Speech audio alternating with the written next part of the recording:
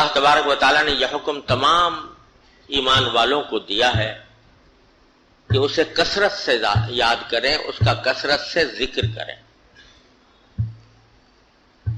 یہاں سوچنے کی بات یہ ہے کہ اللہ تبارک و تعالیٰ نے یہ حکم ہمیں اور آپ کو کیوں دیا؟ کیا معاذ اللہ تعالیٰ ہمارے ذکر سے اللہ تعالیٰ کو کوئی مزہ آتا ہے، یا اس کو اس کی وجہ سے کوئی خوشی حاصل ہوتی ہے، یا اللہ تعالیٰ کو اپنی تعریف سن کر یا اپنا ذکر سن کر کوئی معاذ اللہ اس کے درجے میں کوئی بلندی ہوتی ہے؟ یہ تو ہر مومن جانتا ہے کہ اللہ تبارک و تعالیٰ کی ذات بے نیاز ہے، اسے نہ ہماری عبادت کی حاجت ہے، نہ ہمارے سجدوں کی ضرورت ہے، نہ ہمارے ذکر کی ضرورت ہے۔ اس کی ذات تو ایسی بے نیاز ہے کہ اگر ساری دنیا مل کر نافرمان بن جائے اور ساری کائنات کے جتنی مخلوقات ہیں وہ سب معاذ اللہ تعالیٰ کی معصیت پر کمر بستہ ہو جائیں، اللہ تعالیٰ کو بالکل یاد نہ کریں، تو اس کی شان کبریائی میں، اس کی عزت و جلال میں حبہ برابر کمی نہیں آتی۔ وہ تو اکبر ہے، اکبر ہی رہے گا۔ اس کے جو صفات کمال ہیں وہ ہمارے کہنے کی وجہ سے نہیں ہوتے، وہ تو اپنی ذات میں عظیم ہے، وہ اپنی ذات میں کبیر ہے، وہ اپنی ذات میں صاحب جلال ہے، وہ اپنی ذات میں صاحب جمال ہے۔ لہذا ہمارے ذکر کرنے نہ کرنے سے اس کو کوئی نقصان نہیں، اور ہمارے ذکر کرنے سے اس کو کوئی فائدہ نہیں، کیونکہ اس کی ذات اپنی ذات میں ہی عظیم ہے۔ ہمارے ذکر کرنے سے اس کو کوئی نہ لطف آتا ہے، نہ مزہ آتا ہے، نہ کوئی کسی لطف اور مزے کا وہ محتاج۔ اس کے باوجود اللہ تبارک و تعالیٰ نے ہمیں آپ کو یہ حکم دیا کہ مجھے کثرت سے یاد کرو، میرا ذکر کرو کثرت سے۔ کیوں؟ جب یہ بات طے ہو گئی کہ اللہ تعالیٰ کی اس میں کوئی مصلحت نہیں ہے، لہذا یقیناً یہ حکم ہماری مصلحت کی خاطر، ہماری بھلائی کی خاطر دیا جا رہا ہے۔ کیا ہے مومنو، تمہاری بھلائی اس میں ہے کہ ہمیں کثرت سے یاد کرو۔ اب بھلائی کا ایک معنی تو یہ ہے کہ آخرت کا اجر و ثواب وہ اللہ تعالیٰ کے ذکر پر مرتب ہوتا ہے، جو تو اپنی جگہ پر عظیم بھلائی ہے ہی ہے۔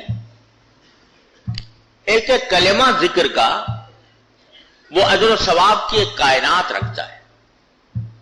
ایک مرتبہ سبحان اللہ دل سے کہہ لو، ایک مرتبہ الحمدللہ دل سے کہہ لو، میزان عمل نیکیوں سے بھرنے لگتا ہے۔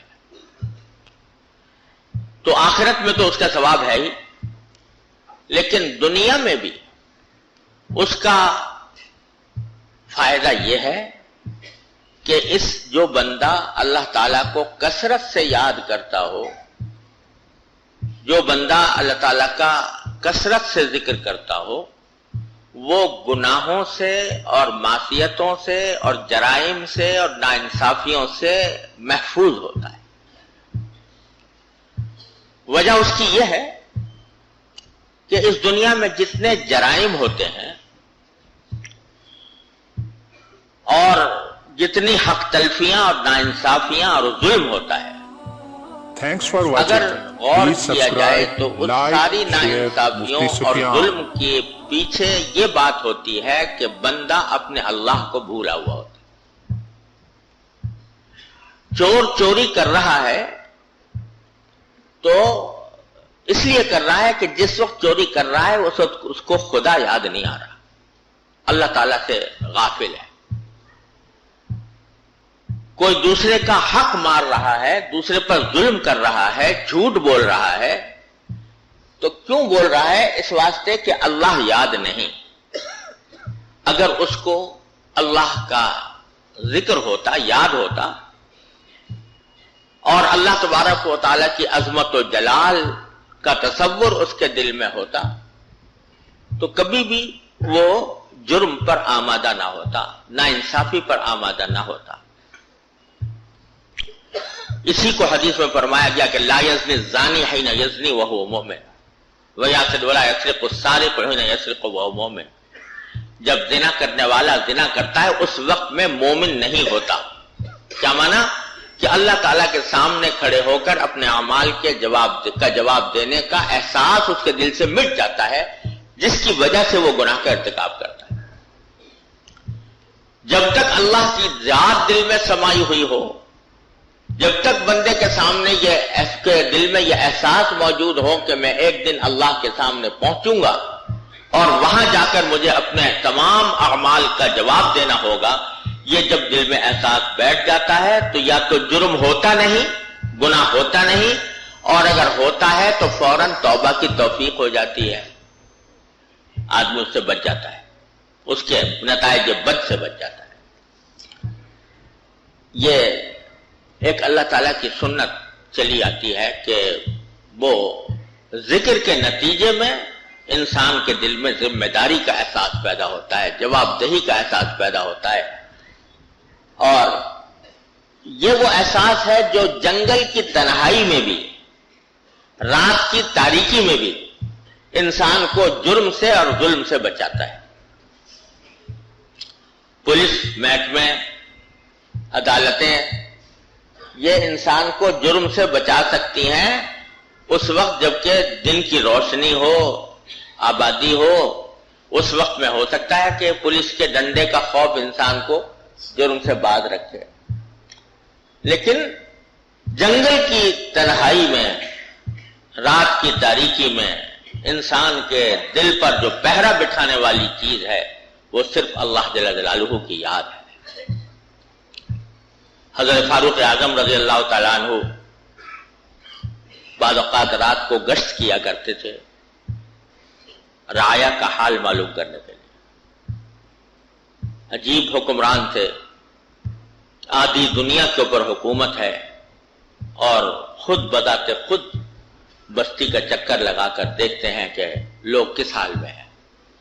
تو ایک روز تہجد کی نماز کے بعد حضرت فاروق اعظم نے گشت لگانا شروع کیا تو ایک مکان سے کچھ آواز آ رہی تھی، دو عورتوں کی بات کرنے کی۔ حضرت فاروق اعظم کھڑے ہو گئے اور آواز سنی تو ایک ماں بیٹی میں کچھ گفتگو ہو رہی تھی۔ یہاں میں یہ بات بتا دوں کہ کسی کی بات کو چوری چھپے سننا عام حالات میں جائز نہیں ہوتا، لیکن ایک حاکم جس کے ذمے ساری رعایا کا انتظام ہے، وہ حالات سے باخبر ہونے کے لیے اگر سنے تو اس کے لیے جائز۔ اس لیے فاروق اعظم رضی اللہ تعالیٰ عنہ نے کھڑے ہو کر بات سنی تو ماں بیٹی سے کہہ رہی تھی کہ بیٹی بکری یا گائے، بکری تھی یا گائے تھی، اس کا دودھ جو تم نے نکالا ہے یہ کم ہے، اس میں پانی ملا دو تاکہ یہ زیادہ ہو جائے اور پانی ملا کر ہم اس کو بیچیں۔ تو بیٹی نے جواب دیا کہ اماں جان، امیر المومنین کا حکم آیا ہے کہ کوئی شخص ملاوٹ نہ کرے دودھ کے اندر۔ تو ماں نے کہا کہ بیٹی، امیر المومنین کہاں دیکھ رہا ہے تمہیں اس وقت؟ اس نے حکم تو بے شک جاری کر دیا ہے، لیکن وہ کہاں تمہیں دیکھ رہا ہے کہ تم دودھ میں پانی ملا رہی ہو؟ نہیں، اگر ملا لو گی تو اس کو پتہ بھی نہیں چلے گا، تو ملا لو۔ اب یہ پتہ نہیں کہ امیر المومنین باہر کھڑا ہوا ہے، حضرت فاروق اعظم سن رہے ہیں ساری بات۔ تو بیٹی نے جواب دیا کہ اماں جان، امیر المومنین تو نہیں دیکھ رہے، لیکن امیر المومنین کا اللہ تو دیکھ رہا ہے،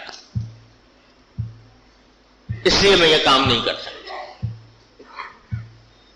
تو اس بیٹی کے دل میں اللہ کی یاد سمائی ہوئی تھی، اس کے نتیجے میں اس رات کی تاریکی میں بھی وہ دودھ میں پانی ملانے کی حرکت کا ارتکاب نہیں کر سکتی۔ فاروق اعظم نے یہ بات سنی، اگلے دن تشریف لے گئے، معلوم کرایا کہ یہ کون ہیں، کون لوگ ہیں۔ جب تحقیق ہو گئی تو حضرت ام المومنین نے اپنے بیٹے کے لیے اس لڑکی کے رشتے کا پیغام دیا کہ میں اپنے بیٹے کا نکاح اس لڑکی سے کرنا چاہتا ہوں، کیونکہ اس کے دل میں اللہ کا ذکر اتنا سمایا ہوا ہے، اللہ کی یاد۔ پیغام دیا، اپنے بیٹے کی اس سے شادی کی، اور اسی جوڑے کے دوسری پشت میں انہی کی نسل سے حضرت عمر ابن عبدالعزیز رحمۃ اللہ علیہ پیدا ہو، جو پانچویں خلیفہ راشد کہلاتے۔ غرض کہنا کا مقصد یہ تھا کہ اللہ کا ذکر اگر دل میں سما جائے تو وہ انسان کے ہر نقل و حرکت پر پہرا بٹھاتا ہے، اس لیے اللہ تبارک و تعالی نے حکم دیا کہ اللہ کو کثرت سے یاد کرو۔ Thanks for watching. Please subscribe, like, share Mufti Sufyan.